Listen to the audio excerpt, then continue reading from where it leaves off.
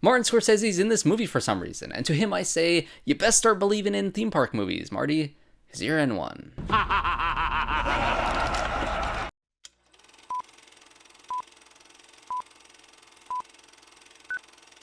Hello everyone and welcome back to another video on the channel, and today we are reviewing The Mandalorian and Grogu, directed by Jon Favreau, starring Pedro Pascal, Jeremy Allen White, Martin Scorsese, Sigourney Weaver, and Steve Blum. This movie continues the adventures of the Mandalorian and Grogu as they hunt down some Imperial warlords for the New Republic, eventually getting themselves caught in the crosshairs of the Hutt crime family. And of course, I will be getting to spoilers for The Mandalorian and Grogu, so if you haven't had a chance to watch it just yet, definitely go check it out as Star Wars is back in theaters, and as a fan of the Mandalorian series, this movie is a ton of fun. We'll take out every bad guy in your deck of cards.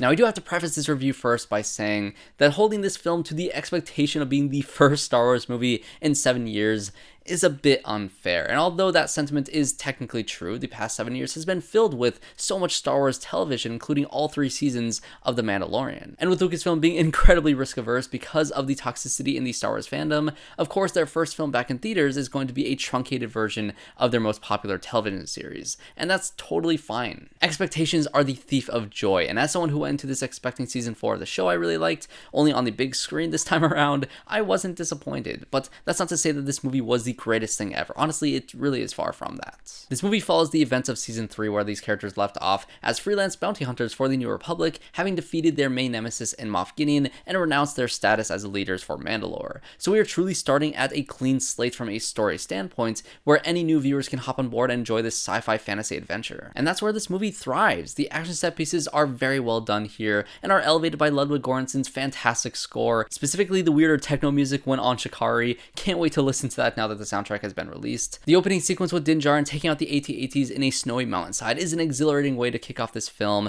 The gladiator sequences with all the different aliens and monsters were very reminiscent of a more hyper-paced Attack of the Clones, and the space battles with the new Razor Crest made the IMAX experience with this film 100% worth the theatrical release. And a lot of the praise has to go towards the solid action filmmaking from Jon Favreau and the always excellent physical performance from Lateef Crowder and Brendan Wayne. As much as I love Pedro Pascal's voice performance and his involvement as his character in the brief moments he has his mask off, Crowder and Wayne are essential in making this character work both on the small screen and now the big screen. And let's not forget the other title character for this movie in Grogu, who continues to be one of the greatest additions to Star Wars. Yes, he really only has one bit, which has always been his unwieldy appetite, but I'd be lying if I said I didn't still laugh every single time he went for the snack. The dynamic between Din and Grogu here is really solid, albeit at a consistently flat level in terms of any arc for either of these characters. They start off in good terms working together as master and apprentice, and end off the movie in that exact same state, only having gone through a fun action adventure throughout the film's runtime. The closest we get to an arc for these characters is seeing Din take a major blow to his health after being poisoned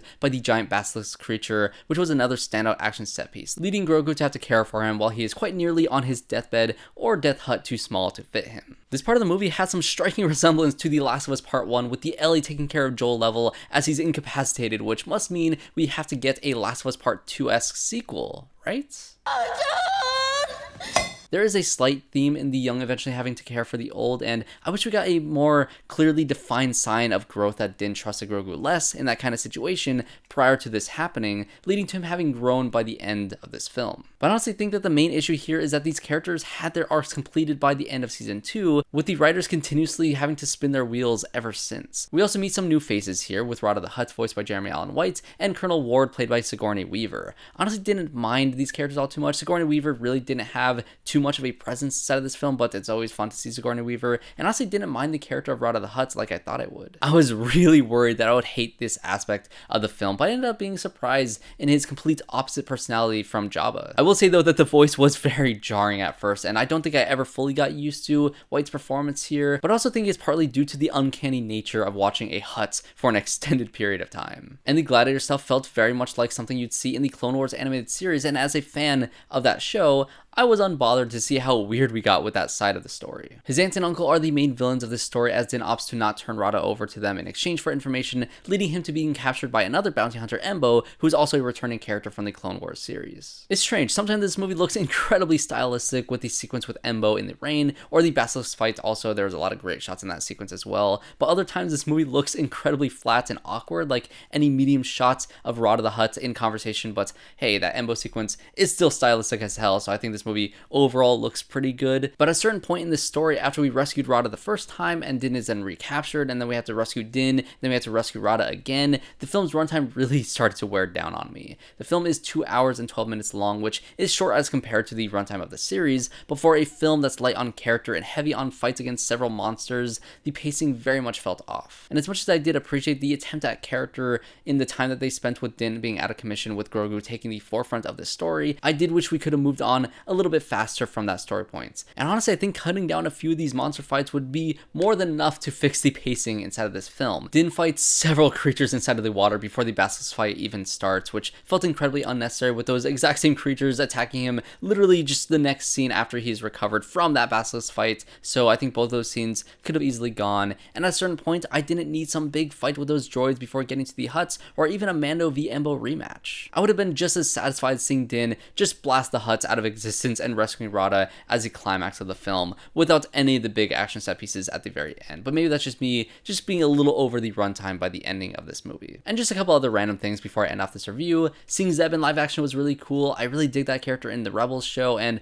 although we didn't get too much time with him, the time that we did have were really fun. The little Babu Frick creatures are just wonderful. I absolutely love their attempt to save Din Djarin, and the pure look of disappointment on his helmet when they lead him to their tiny little spaceship that is way too small to actually ever rescue him. And also, one of those gladiator creatures in that sequence was from the Hollow Chess game. That was also a cool little Easter egg. But overall, The Mandalorian and Grogu is a very, very safe and harmless Star Wars adventure that feels more akin to a decent truncated season of the show than the next big Star Wars movie in theaters that I think a lot of people want this movie to be. So if you go in with the right expectations, I think you'll walk out liking it more than season 3 of the show, but still thinking that it lacks the magic of the first two. Good job, baby.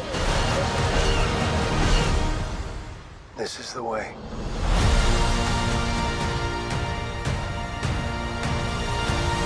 But those are just going to be my thoughts on The Mandalorian and Grogu. Are you going to join the dark side by exclaiming to the world that Star Wars is over, or did you have a fun, silly time with our lovable green boy and his metal dad? Let me know in the comment section down below, and as always, if you did enjoy this review, make sure to leave it a like and subscribe to the channel to see more reviews just like this one. And although with this film we're jumping into the big action blockbuster side of the summer movie season, this summer has also been filled with so many really interesting horror films, so definitely check out all my May horror movie reviews, including Passenger, which I just uploaded, and stay tuned for my thoughts on movies like Backrooms, which I think a ton of people are going to enjoy. So thanks everyone for watching this review, and I hope to see you all in my next one.